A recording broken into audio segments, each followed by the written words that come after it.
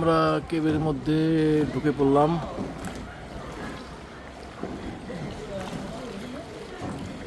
আলমবের হচ্ছে এই কেব। পানি কম হওয়ার কারণে হচ্ছে আমরা ভালো মতো বসে যেতে পারতেছি। যে সময় পানি বেশি থাকে তখন একটু মানে হামু দিতে হয়, নিচে নেমে যেতে হয়। এখন তো পানি কম, এই কারণে বসে বসেই যেতে পারতেছি।